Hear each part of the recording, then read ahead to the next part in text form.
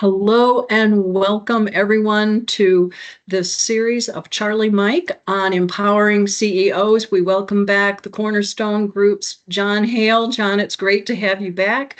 This is Marie, thank you. It's number 5 in our series, right? Yes. And so I'm so excited. It's learning about OSDBUs and how to work with the OSDBUs and also other federal individuals within the small business community, and your expertise as an OSDBU director with the Department of Energy. I'm very excited to hear about your pearls and insights around this topic, and I know it will be of benefit to our veteran community. So with that, I'm going to turn it over to you, and I'm anxiously awaiting those pearls of wisdom from you. Thanks, John. Thank you, Marie, and real um, excited and happy to be here today. And again, on behalf of the Cornerstone Group, I want to say thank you to the National Veterans Small Business Coalition.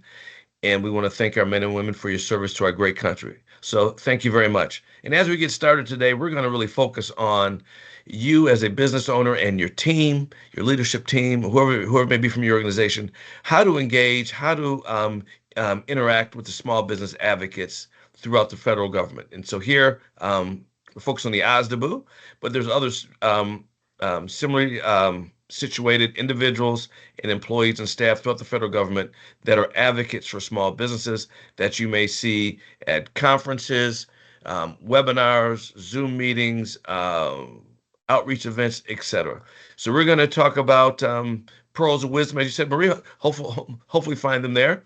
And a lot of this will be informed from my own personal experience as the OSDBU director at Department of Energy. Department of Energy at the time, just for a sense of context, was the largest civilian agency in terms of budget. We were, depending on the year, anywhere from 24 to $25 billion in spend. And when we got there, we were in the middle of getting 4 consecutive Fs on our small business scorecard. I was able to work with the secretary, Moniz, and with other small business advocates throughout Department of Energy, contract officers, program officials, anybody I could. And I did what the good Lord gave us. I listened with the 2 ears and spoke with my 1 mouth. So did a lot of listening, built some relationships, and put some great strategies in place. And again, our focus is on the mission, which was how the Department of Energy can achieve its missions, its major missions, using small businesses as a tool and as a vehicle. And so remember that when you're approaching an agency, you represent a tool and an opportunity for them to actually execute their mission and to perform that mission at the highest levels. Most individuals, OSDBU, otherwise in the federal government will meet, are very passionate about their agency and about their missions. So you look at it as, hey, I want to get a contract, I want to grow my business, which is what we've been talking about. You want to do that, but also remember how you fit in to the overall picture. That you bring a lot of innovation, a lot of creativity, know-how, and knowledge to help them execute their mission. So first tip of the day, the mission, the mission, the mission. Understand the mission of the agency, understand the mission of the department within the agency, be it a buying command, BU in DC, or throughout the country. Understand the mission and the people behind it. And at the end of the day, if you can help them look good by you performing the mission better than it's already been created, or you bring some innovations to a problem, if you help them look good, you'll build loyalty, and that's how you build you have a customer for life. I've got a good friend of mine, Marie. I won't mention his name. He has a federal government contract. I said, hey, how long have you been in business? He said, John, I'm in the 18th year of a 5-year contract. Because they love his work. I love it. It's amazing. The 18th year of a 5-year contract. It's great. People try to come unseat him, push him out. They can't. For some of the other things we've talked about, some of the other sessions, but at the end of the day, it's about making the agency or the mission happy, and the customer is an individual. Every agency is people. We've talked about a lot about trusted relationships. How can you make him or her look good? Marie's got a job. Marie's got a program. Her program fits within a department, within an agency. Yes, there's a vertical that has a mission. But at the end of the day, what does Marie want? What does success look like for Marie? I want a capable and qualified supplier who's going to lead my mission to success. That's what I want. And ladies and gentlemen, what she's really saying is she wants someone to do the work, I sign the contract. It's done. I don't have to worry about it. I don't get a call that something getting screwed up. They're not over budget and or late under delivery. So what she says, yeah, she wants a smooth operation. She can sleep at night. You're an asset to the agency, to her. You make her look good, and that's great. They're like, hey, Marie, we want to find more contractors like that. That's right. That's what. That's So right. Marie hears that, she knows, hey, she's got other fires to put out, but you're not a fire. You are a solution. So this That's has been it. fantastic already. I haven't pulled forward the slides yet. We don't even need these slides today. Hey, this is great. But we have a couple slides for you, though. I think the slides will be made available to everybody. So Yeah, they there's a will. couple things here, but we're just going to get started. So again, session number 5. It's been an honor and a privilege to be here. As you know, we're just passionate, love what we do. So engage OSDBU and federal government advocates. There's small business liaisons. There's different titles that people may have. So we're going to use this general. There are the OSDBU. We will talk about them in a minute. It's a specific statutorily formed office and entity. So we'll talk about that in a minute. But there are others as well. So we're kind of covering a big umbrella with that title. So we'll just jump right in. We'll start with a little bit of history. I'm as a kid, I collected comic books. So it's your friendly neighborhood. Who's a superhero? Doesn't ring I'm a bell. sorry, what, John? Your friendly neighborhood. Who's the superhero that comes after that? Oh, Superman. No, almost close. Spider-Man. Your Oh, friendly neighborhood Spider-Man. Spider-Man. Okay. Yeah. So anyway, I was a Marvel comic book as a kid. I loved all the Marvel stuff. So that's where this comes from. Your friendly neighborhood Office of Small and Disadvantaged Business Utilization. That is the name for OSDBU. And that sounds like a 1970s name. You're right. The OSDBU was formed under President Carter in 1978, Public Law 95-507, to make federal contracts accessible to small businesses. And again, the Office of Federal Procurement Policy, an organization that helps to set the tone of each administration's federal government contracting policy. So if you want to know their priorities, that's another tidbit here. You should go and follow them as they're talking, when they go to the Hill, things they put out on YouTube, whoever that director is, their deputies, follow what he or she is doing. That'll give you insight to where that administration wants to go. And so anyway, so section 15K, this says the OSDBU director shall. It's not will, want, shall, and it lists out 15 things to do that we're all accountable for. And a tidbit here, if you go to a link here, a couple links. One is the SBA, Small Business Administration. When you hit federal government contracting, look at the scorecard for all the agencies. That will list out their duties and responsibilities, kind of what that shall means, and the grades that you have to have. So all the details there. And there's a group called the Federal OSDBU Directors Interagency Council. Nothing in the government's got a short name. But these are all the OSDBU directors that we get together in an organization. It shares some priorities, who the OSDBU folks are with contact information, as well as we try to list all of the events we're having. So if you want to know a one-stop place, that's one of the good ones to go to. And I know the folks there work very hard to keep it up. And so this is the OSDBU. I first got to the Department of Energy. My quick story was coming from the private sector. I said, great, we're going to come in here. We're going to do all these great things. My first introduction to the federal government was the title. I just wasn't. I would tell people, "Oh, you work for the president. What are you doing?" People are excited. Well, what do you do? You're the OSDBU. The what?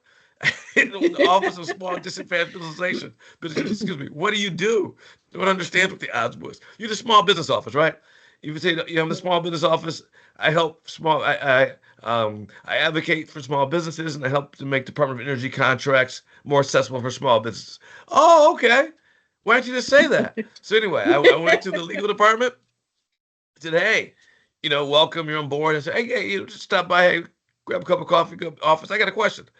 And no one knows what I do. We're trying to make it a more effective program. We're getting these F's on the scorecard. I at least need to be able to articulate what I do. And this title, is a hindrance.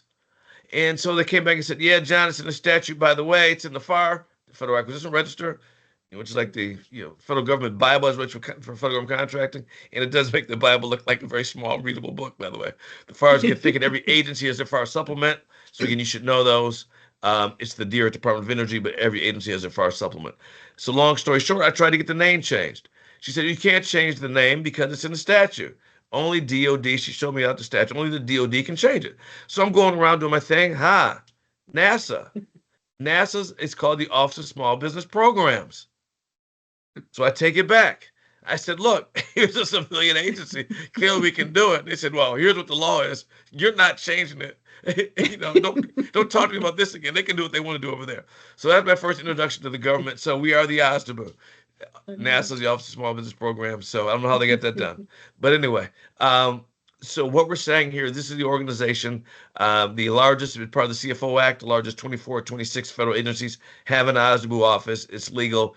It's in statute. They should report to the director or the deputy, the secretary or the deputy secretary of the agency, so that we come in at a high enough level to impact decision making. And so that's what the OSDBU does. And there's some resources here. Um, and so small business set-asides are friends to a large business. And so what we found here is multiple different strategies of how, when you're engaging the OSDBU and other advocates in the federal government, is one thing to think about is focusing on mid-tier and advanced small businesses.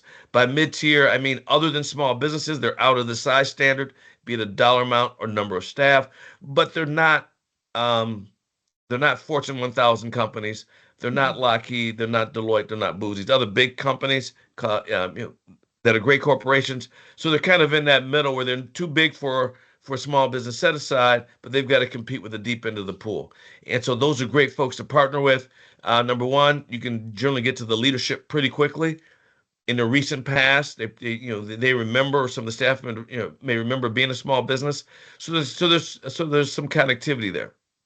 And so this partnership can increase contract dollars as well as the number of contracts. And these are a number of contracts that can be small business set-asides, because one of the strategies that we employed as OSDBU director was to work with some of these mid-tiers or playing advanced small businesses. They're mature businesses. They've been around a while. They have a great track record, and they soon may be growing out of their size standard as they win the next contract or two. So they're looking ahead for that as well. One strategy is, hey, you partnering with them. Number one, it reduces the risk profile for you as a small business owner. I may have said this before, but contract officers are more conservative than credit underwriters when I was in banking. So you need to, sometimes part of the game, Marie, to get someone to say yes is to eliminate the no's. Someone, no, maybe you don't have enough people. Maybe you think, hey, we're going to staff this contract up. How are you going to fund it? Maybe geography. Hey, we need to have people in multiple places around the country, different commands. How are you going to do that? Your business is mainly in a certain geographical area. So different things that may be legitimate in the execution that you can still do as a small business owner. We just want to take those no's off the table. So let's reduce the risk of your profile by you are the prime contractor and they are subbing to you. So you've got to be ready. Everything we've talked about with the systems and et cetera to be the prime, but you're the prime and you're ready. Yes. But hey, to get them sleeping well at night, safety, an insurance policy, call it. Hey, you can partner with a mid-tier and advanced small business. If they think something more technical comes up or some other challenges, hey, don't worry, we've got this. Part of what this does is increase the number of small business contracts and the value. Now we can go a little bit bigger on the contract, the size of it, because you've got a bigger team. It has some heft to it. And maybe someone to have a little bit more faith and trust in the new as a small business, but don't take it personally. They're just very, very risk adverse. So don't take it personally. And then these companies gain access mid-tier and otherwise because they get access to contracts that are small business set-asides that they don't have access to anymore. So it's a win for them as well.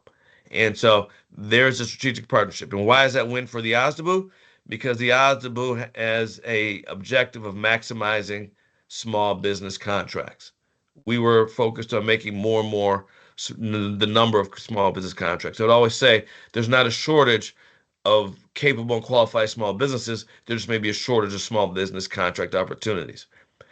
And for many reasons, from efficiency, maybe we've seen contract officers and programs combine the number of contracts, Marie, into one because it's more efficient, it's more effective. I only have to have one COTAR to manage it. Someone's got to manage it. When it comes for renewal, there's only one to do. I don't have four to do in terms of time. So if they start combining them, they can become bigger, more complex, perhaps more sophisticated. You need to have a bigger team, a bigger reach, a bigger bandwidth, so to speak. And so partnering with a mid-tier company is a great way to do that. I found that they've been more likely to help you, and they're not in business some of the really large companies, we would get, as an OSDBU director, Marie, complaints of not paying on time, or Oh, complaints of, they're using my staff as their farm team, to make a baseball analogy, and they're picking off my best people. Um, Not that mid-tier companies won't do that, but they're less likely to do that. I didn't hear my personal experience was I didn't get nearly as many cases, things hitting my desk as that. So by these large businesses, mid tiers, are a friend of the OSBU director, and they should be the friend to you as a small business owner as well. So go back to the study session we talked about strategic partnerships, qualify them using all those same ways. right. Right. And so here's a real good trick of the trade, so to speak, Marie. Empowering the OSDBU to be your advocate without them knowing about it. So as a federal official, um, it's perhaps illegal in most cases, and from an ethical standpoint, it's not ethical for me to advocate for Marie to have this contract. Right. Here's a contract. Marie's got to have it. And really forcefully as an OSDBU or another small business, or just another small business advocate, to really do that. That's really crossing a line. And as a former Fed, we could get in trouble for doing that kind of thing. However, we do have the socioeconomic goals of serviceable veteran, right? We're talking Veterans Day. We have Mhm. women programs, et cetera. 8A hubs on, we know what they are, and Congress has the right to change those from time to time. But we can advocate for those slots in those spaces, and we can make set-asides based upon market research, Yeah. that, hey, we can legally, and we can ethically do that based upon the data and stuff that we see. So that's how we want to focus. So there's a term I'm going to use here that, to my knowledge, I created. So I will explain it. It's called an add water business. John, what do you Okay. mean by an add water business? Great question. If you remember when you're younger, if you had kids, if I'm dating myself for Tang in the 70s, if I move Hey. up a little bit more, you think about Country Time lemonade or Kool-Aid. It's just where you take the powder, the water, you stir it, and you have. You don't add sugar or anything else to it. You just add water. So that means when you walk into the OSBU office or the Small Business Advocate's office, you are ready to go. You've got your stuff together, meaning you've got your systems together, your capability statement, everything is tight, and focused on the mission. You have some innovations to their problem solutions. You've got a strong team. You have the resources and the systems to deliver what the client wants. In case you get audited, you have the DCAA, perhaps accounting system if you're prime, but you have other the IV&V. You have your protocols in place, and so you're on solid ground for them to spend money with you. All I need to do is say, John, I can refer you to Marie in the program, and I know that you are prepared and will show up for a capability brief or an oral interview. You're going to knock it out the park. You're ready. Right. They need to have that confidence in you.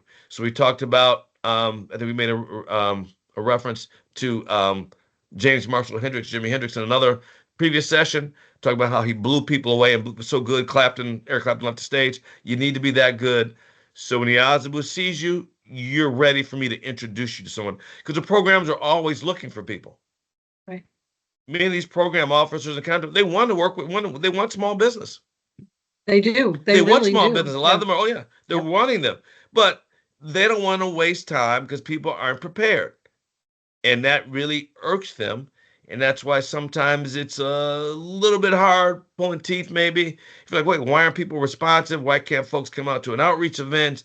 Industry, they will do it. Sometimes it's part of their job. Every agency may require it. But do I want Marie doing something because she's required to do it? Do I want Marie showing up because she's excited to do it? We want Marie to be excited. So I'm Right. going to introduce Add Water Business to Marie and said, hey, I've got some businesses for you. I'm not recommending anyone. You have a mission to perform, and we do the acquisition strategy, and we need businesses in certain NAICS codes or certain industry verticals, and we like here's some experiences. Well, great. Mhm. I've got some folks for you. Here's a couple to talk to. And so we do that because that makes Marine life easier. So when I get someone that's not quite ready, or I need Marie, hey, can you spend a few hours? Can you give us a half an hour of your very valuable time? Come down to the auditorium, talk about your mission, and talk about, I tell people you can be frank, talk about where small businesses are meeting the mark and where they're not. So you want to be an add water business, meaning when you come to the OSBU office, I'm impressed enough with you. I feel free that, hey, I can refer you to someone else in the program that as they're looking for people, hey, go down the hall, schedule an appointment with someone. So I can send an introductory email. Or I'm at a conference, hey, I need to introduce you to Marie at the conference. Have your card stuff ready. We'll just make a quick introduction. Boom. I'll let you all take it from there. You're not going to be the only. Again, I'm not advocating for you, but I'll do that for you if and when you're ready, because it helps me look good and it helps the agency meet its mission. Okay, enough of that. So add water businesses. What do we mean here? Agency mission and challenges. You understand them. You're prepared. You've done the thorough market research. You understand what they are. You understand the priorities of the agency leadership, because the agency has a mission. But what is the secretary's priority, or the deputy, or the assistant secretary? What's the SES that leads that area? What are their priorities? What does success look like for them? It should. You want to look like you, Right. because they can't do it themselves. So the government can't self-perform, the contractors. So you need to look at, when they look at you, they see their success selfishly back in the mirror. Mhm. Perfect. And understand the FAR and the agency, and the FAR supplement for that agency. Just to understand the acquisition lay of the land, you got to understand that. Because again, they can love you and like you, Marie, but if you can't spend money with John's just as broke as he was before the meeting. I spent all this time and effort. We talked about customer acquisition costs, right? And BD and Right. marketing before. I knocked out the park, but John, I don't want to do a FAR contract that's going to take a year. It's going to get protested. Because at the end of the day, my boss looks at me and like, WTF? I mean, the mission's not done yet. So anyway, That's right. make it easy for them to spend with you. All right, moving over to the right here. Transform capability briefings. I get a capability brief. We think of, hey, I'm going to walk into the agency, right? That's what we call it. They're going to interview us. You might get a slow. I give you a D or a low C. What you got to do is the capability briefings is the doors open. You're at the table. Think about at most a half an hour with some questions. So maybe you've got half or 10 minutes at most to present something. Let's say I've had this happen. I'm in a meeting with Marie's a business. John, the secretary, called. Oh, Marie, you got to step out. So the half-hour slot is gone. I've had different things happen where people didn't get the time they thought they're going to get. So transform that capability briefing into a way that you can come in and show your innovations. You can sell them on your innovation. I think we talked this earlier session, and you can leave teaching them something about industry, about technology, about whatever business vertical that's in. Teach them something. So they start asking those questions. You know, when you've engaged somebody, you see that their motors start turning, Right. they're thinking, okay, that means you're not just any small business they just met. You could be a good strategic partner because you can help them solve their challenges. Hey, Marie can help me look good. Great, that's selfish. Be selfish because they got to spend money on you to help you get there. Okay, so that's Yep. how you want to transfer the capability. Specific programs and contracts. So be specific about what you're talking about. It could be an existing contract, or maybe there's a challenge where they don't have a vehicle in place yet. And you say, hey, by the way, we'll get this in a minute. I'm on the schedule. It could be my category management strategy. I could be, 8A, etc. You can still do hub zone set asides. You can do, we think about the 8A as a set. You can do those other set asides, and if you're that innovative enough and they need your product or Right. service or software specific enough, you can do a JOFOC, which is they can write a justification for a sole source to you. So that's possible as well. I've seen those Yep. as well. So you want to be specific what you do it. And when you leave the OSDBU with 3 actions, leave it with a follow-up. So they're like so excited to help you. There's some actions that they can help you. Maybe it's John will introduce you to Marie, like we talked about earlier. Or maybe there's other actions that they can let you know about. Specific questions about the Mhm. acquisition strategy. Maybe you give them some thoughts and some nuances. So now guess what, Marie? You kind of start sliding into helping form Mhm. the procurement. And when you start forming it, you can form it where things you're a little weak on, leave that out. Things that you're a little strong on, Mr. and Mrs. Osby, you gotta have this, you gotta have that, okay? You can shape the procurement and it There you goes go. on, it happens. And that's when you really become they're advocating for you, and you don't even know about it because now you've kind of gotten in the Yep. shape and think about massage the procurement direction. And then information is power.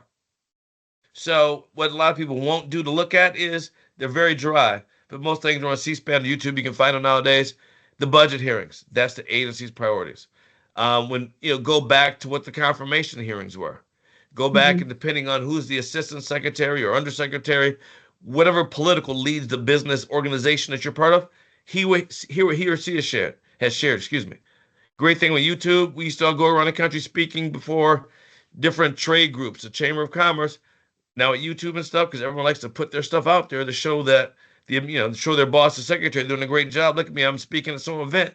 Well, if they post it, you need to listen to it. It's out there for you. Another hidden gem here people don't think about is the SBA Procurement Center rep. Ooh, yeah. And so I was with the Department of Energy. We had some that were some son of a guns. They knew procurement. We weren't doing well on our scorecard, and they had they knew acquisition better than some of the other CEOs of the department did. I mean, they would come out hammering. They came out swinging. I don't want to make an enemy of anybody, but I would just go to SBA. Maybe I send a business that way. You need to talk to so and so and let them explain. Hey, maybe they've had a couple of challenges, or maybe maybe you're an Adwater business, and I want the SBA Procurement Center rep to know there's some highly qualified and capable firms out there. So as you're integrating with, not integrating with, but as you're engaging, with the program, people from time to time, you go out at an event, go out to lunch, coffee, whatever, and they, I put that source of salt, I couldn't find anybody. Oh, really? Yeah. Well, I've got 5 firms right here, and you only need 2. So I've got your rule of 2. And Marie, this smells like a small business set aside to me. What do you think? Yep. And you don't want to, because they have some ways to make the contract officer's life a little bit difficult and the program difficult. So they can, they'll have to work with them. Let's say that. So that's something that you want to keep in mind. Okay. And one of my favorite secret source of business development is the Office of Inspector General. The IG has authority. They have badges. They can arrest people. They can charge. They can do a whole lot of stuff. And so we had a challenge with the Mentor Protege program when I was in OSDBU director out in the field someplace. And there's an IG report, and I got the pleasure of reading information from the local U.S. Attorney's office on it. So this was getting deep in hot water. And so I went to see Secretary Moniz about it. And I said, hey, Mr. Secretary, and he called me up. He says, so, whatever, he's in the middle of stuff. Oh, hey, tell Johnny he's going to come here right now. So I going up to the office, and we sitting at the table. This is, he's got a bunch of stuff around. He's busy. Yeah. Oh, yeah, here. Take a look at this. And I look at it. I said, oh, you wanted to answer yesterday, Mr. Secretary? He said, no, John, I wanted it last week. I said, I got it. Oh. So that became my priority. I needed some other resources, other people to work with. And so, hey, that IG report give me a good source of business development, because typically when they come out, there's not a budget for this stuff. I mean, you never get everything you want in Congress for all the goodies and all the stuff you really want to do. So, again, those are problems that hit in the lap because there's a committee. Secretary would tell us, I'm always on the hill asking for something, more money, more this or that. The last thing they want to get is, hey, well, what kind of show you guys running over there? They don't care if it was going around 10 years ago. Right. So that becomes a priority. So in all this, adding water, could we have in cursive here a little bit, maybe difficult to read, but it says, this is your mindset and this is how you need to show up. Number 1 is truthful. You got to be truthful. You want people to believe in you, to trust in you. They'll go in there acting like a con man trying to sell them on something. Be truthful what you can and can't do. Be truthful. Number 2, be authentic. Just be yourself. Have your own self, your own style. Be professional. Be passionate about what you're doing. You're smart. You're capable. Just be yourself. You'll be fine. And then be innovative. Innovative can be, we think of new technology. No, innovative can be an approach. It could be a solution. Innovation is a process. Innovation is innovative thought, framing the challenge of a problem, frame it for them, and give them an innovative perspective or thought and a path to proceed forward that leads to, of course, a contract for Marie, because Marie's in my office because Marie wants a contract. Okay, that's so right. That kind of sums up about how to empower the OSDBU or a small business advocate. And guess what? They're not even going to know. They're going to be so happy that you helped them solve something with their mission. They're advocating for you, and they don't know it. And that's all the best. So moving on. John, before you move on, go back there.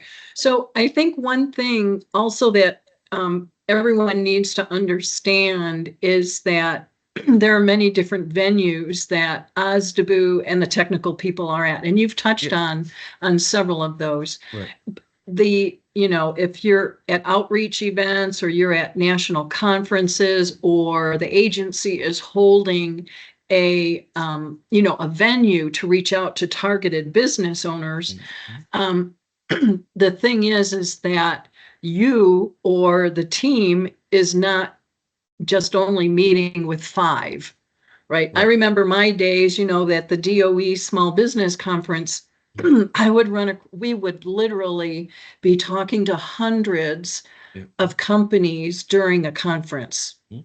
And so what you've called out here is critical because it's how are you differentiating yourself? Are you coming across with a solution? I think the worst thing that any business owner can say is when you go up to a booth or an OSDBU director or anyone is, what do you need? Right. Right? Because it's kind of like, it's like, well, have you looked at the Department of Energy website? Have you looked at our programmatic areas? The response could be, I need everything, Right. or I just, at the present time, I need I need X, Y, and Z. But I think the thing also to keep in mind is that the OSDBU staff and the technical people, the Mhm. programmatic people are meeting, depending on the size of the conference, can Sure. be meeting hundreds of suppliers, Right. in a 3-day period. And so I just kind of wanted to just kind of call that out, so that people are aware that you really need to go ahead and, transform your briefing that really is specific for programs or potential contracts that are, that will be coming out Right. based Mhm. on sources sought. And that, so I just kind of wanted to chime in on there a little bit, just Mhm. so, yeah, that people knew.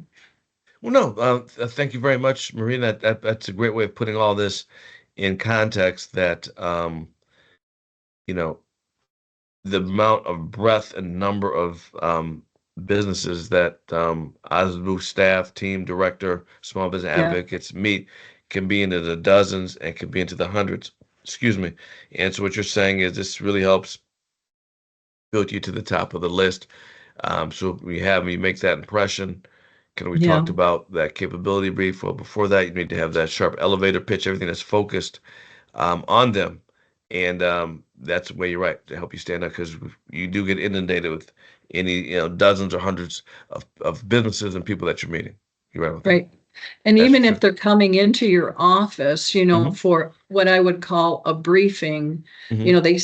there may be, five other companies that are coming in to brief on that same topic, Yes. with you or Sure. your team. And so again, being truthful, authentic, and innovative with regards to the approach to the solution is going to help them, so you can advocate as an OSDBU director or as a small business advocate for that business within the procurement and technical realms, so to speak, of Right. any agency. Yeah, cool. Right.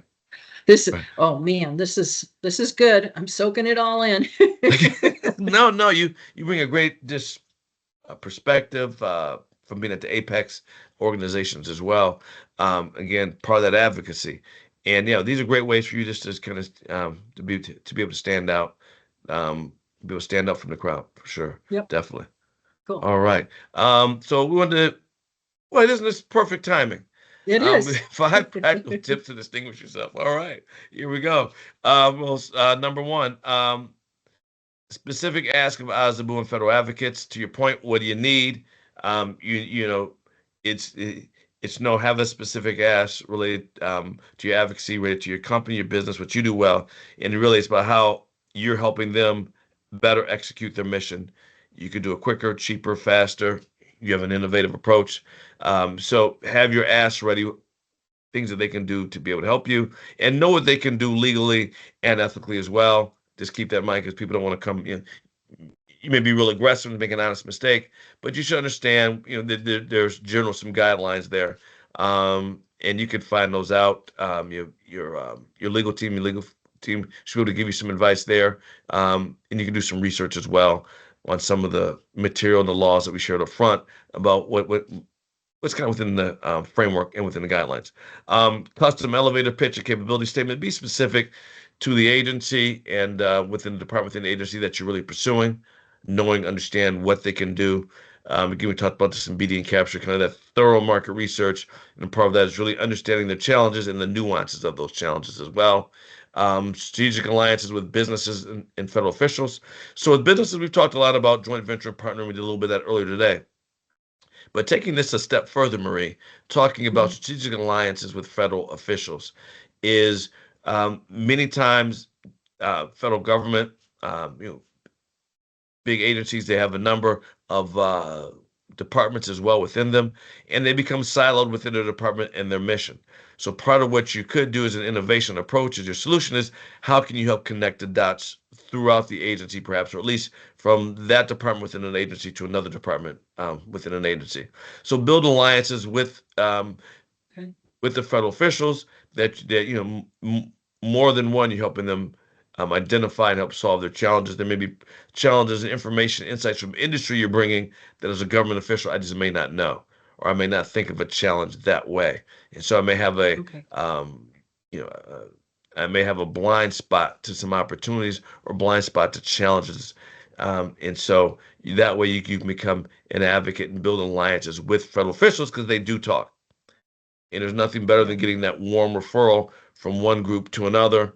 Again, talk about cross-selling, upselling, reselling to one federal official to another. So that's how you build those alliances.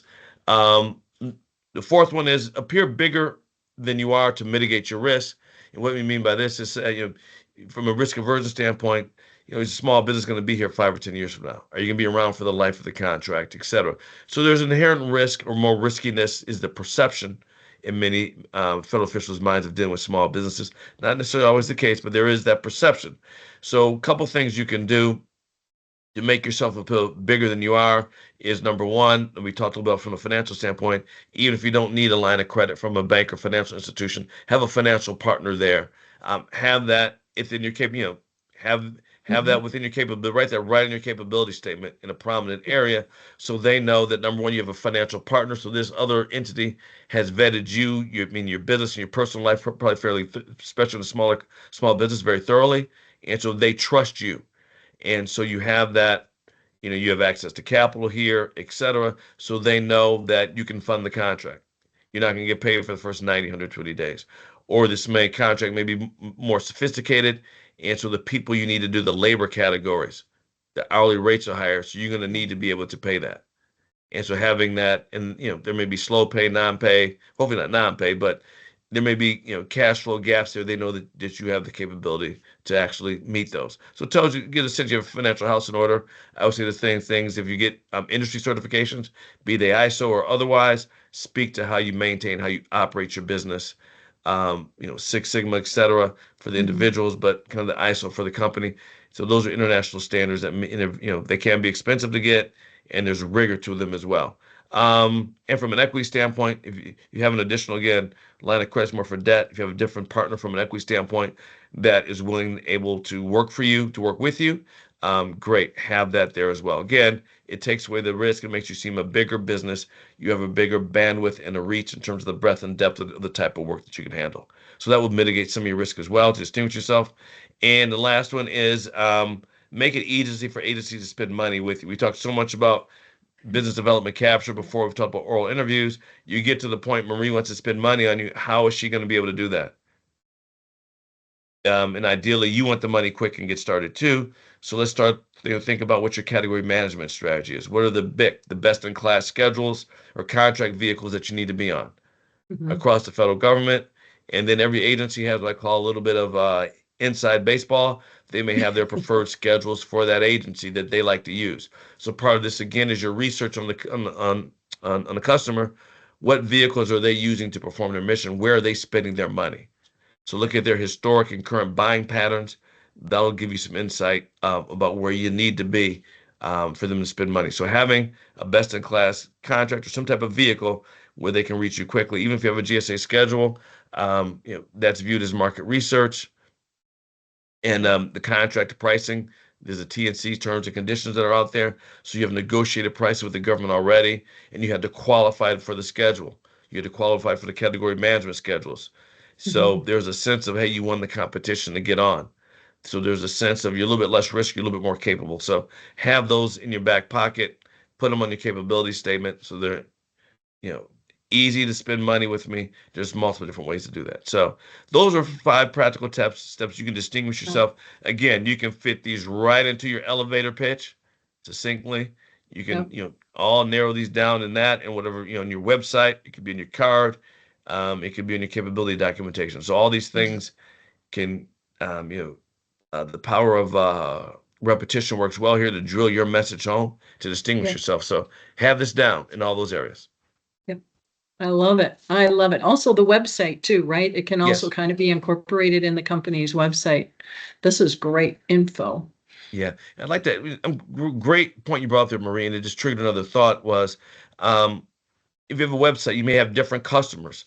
So if you're focused on federal, if you're focused on state and local and the commercial sector, that's great as well. Have a specific federal page. Hmm. And that Yep. federal page, it could have, the various schedules, best in class. It could have past performance, et cetera, that are specifically relevant for the federal market. Yep. So make And sure and that it if can, you're doing that, you have a federal page that you can have that on there, and you can have your CAPE statement, other things that someone can click on a button and they can download it, or right, they can take a because screenshot of it. they can take a screenshot. Yeah, because a Yeah, company may have commercial, local, yeah, and federal. right. They And may it's great be to do that. I in mean, multi-markets. Yeah. we've talked about that before. Having a diversified revenue stream is fantastic. That's smart business. But Yep. make it easy for the federal government people to find you. Go right to the federal tab. Right. And see, the other thing too is that the federal procurement, or, they may check out what are you doing locally, Yeah, within a local government or commercial, because they may know something long range, like, oh, they're doing this type of construction work. And in the commercial sector, we're going to need that kind of expertise, 5 years down the road. right, So it can be a benefit, to kind of showcase right. the the areas that the company is working in. No, So, that's spot on, Marie. And that's part of your past performance as well. yep, It's right there, exactly. in Yep. living color, right in front of them. Mhm. Yes. Yeah, I All always right. consider the company's website their bling page, right? Because they can get really creative. Whereas a Yes. capabilities statement, it's pretty finite and it's Hmm. structured. So Yes. it's gives a different flavor of the business from the federal side, and then the website is kind of the creative side of the company. You get to see the creative side of the business via the website. That's my Yeah. No, personal that's right. No, opinion. you've been in Yeah. a position to evaluate companies, help evaluate them where they can meet the mission of the various areas that you worked in. No, that's very important to the. It's accurate and it's current. Yep, exactly. Yeah. Cool. Yeah. Cool. All All right, right. so that's what we have today. Just to kind of recap about as it relates to you engaging with the OSDBU and other small business advocates. Make sure that if you want to use partners with mid-tier or other advanced small businesses to reduce your risk profile, and then also make sure that you have everything ducks in a row to be an add water business, so that these advocates, you make their job easy. And by when you make their job easy, you really do stand out, because not that many people do. You wouldn't believe it. You may meet 100 people at the conference. I could literally go through a handful of, There you go. 5 or so that these are ones that we really got to keep in touch with these folks. Yep, So, I'm great. John, yeah. this has been great. I really value the insights. I know our community values your pearls of wisdom, and those golden nuggets that you provided. It's going to help them prepare for Vets 25 Yeah. coming up in May, Mhm. and also the Veteran Access to Capital Symposium. They can use the same strategies with regards to the capital, with the Right. capital peeps, Yes. and that's on St. Patrick's Day. All So, right. we kind of planned it, St. Patty and money. So no, there's the Yeah. golden It's pot that's of all green. the, And we're the gonna have some pot of green. gold. And gold will have green beer, or green That's cocktails or green yeah, refreshments at the end, that's right? it. That's right. it. And we look forward to seeing you, John, at the Veterans Access to Capital Symposium on March 17th. So everybody, John will be there as well. And with that, I am going to call this, Charlie Mike, a wrap. And we'll see everybody soon at one of the networking events or conferences.